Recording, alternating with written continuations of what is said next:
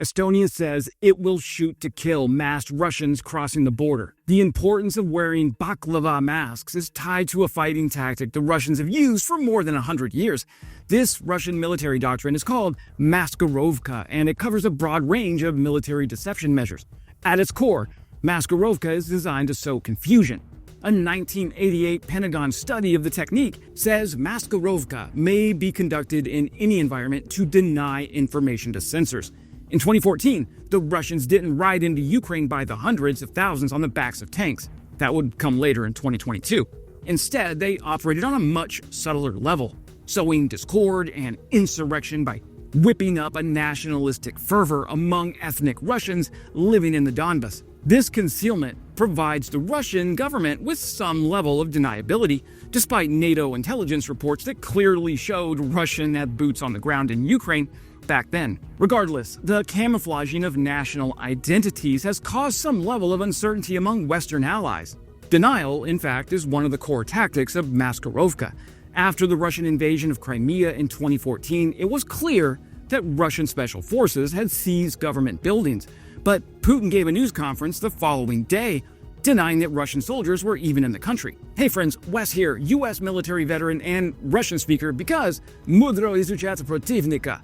And now Estonia isn't around. I have a lot of respect for what Estonia is doing here because it is the exact opposite of how Russia wants this game played. Moscow loves fog. Moscow loves oops. Moscow loves the kind of ambiguity that makes democracies spend 3 days arguing about legal definitions while a fait accompli hardens in the real world. That is exactly what Little Green Men were built for in 2014. A uniformed argument with no name tag. Estonia's message is blunt. If you cross the line without insignia, you get a body bag. And Russia's test probes are already happening. The Narva River is a tripwire with a population on both sides, a short distance from St. Petersburg, and a history Russia likes to weaponize. This month, 3 Russian border guards briefly crossed into Estonian territory near the Narva River and stayed around 20 minutes. According to Estonia's border authorities, Estonia's interior minister said it was too early to call it accidental versus deliberate. That too early line is the whole point. Russia wants every incident to live inside of a gray zone long enough to see how you react. If you hesitate, they learn. If you overreact, they get propaganda. On a different section of the border, Estonia also shut a road that passes through a small sliver of Russian territory after roughly 10 Russian soldiers were seen standing there, something Estonian authorities said was unusual enough to close the route for safety. 2 different places, same rhythm. Presence, ambiguity, denial, repeat. Maskirovka is not cosplay. It is a method. Russia learned a painful truth the hard way. Tanks with flags invite resistance. Soldiers without flags invite debates. In Crimea, the unmarked troops were not meant to win firefights. They were meant to delay the moment when Kyiv and then NATO could point to a clear act of interstate aggression and respond cleanly.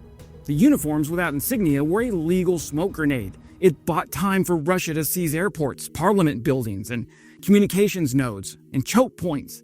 Then, once the ground truth was set, Moscow could start the next phase, the performance of inevitability. Estonia's shoot-to-kill warning is designed to kill that performance in the first scene. Small states that share a border with Russia do not get the luxury of let's wait and see. They have learned that waiting is how you lose.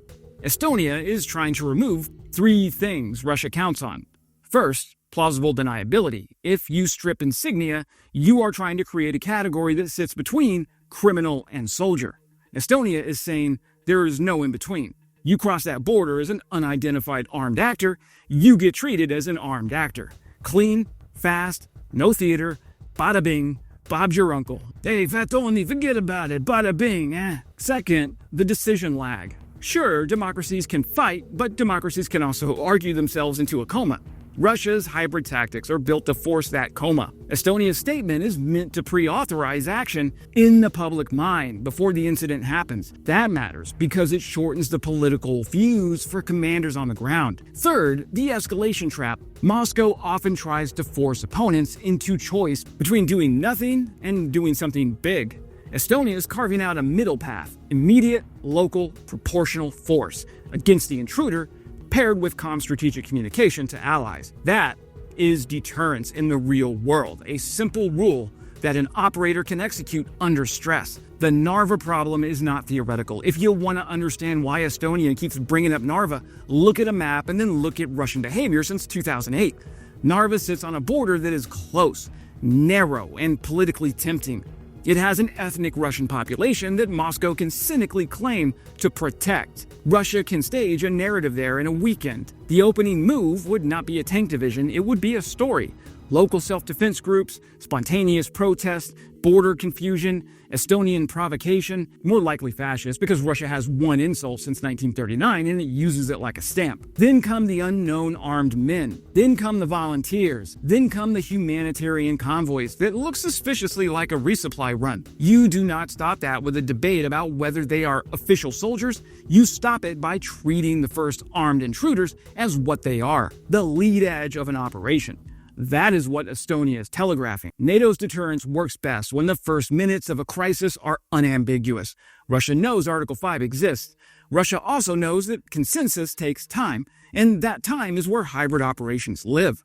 The longer Moscow can keep an incident framed as unclear, the longer it can operate below the threshold that triggers alliance machinery. Estonia is trying to move the threshold left, not with missiles, but with clarity.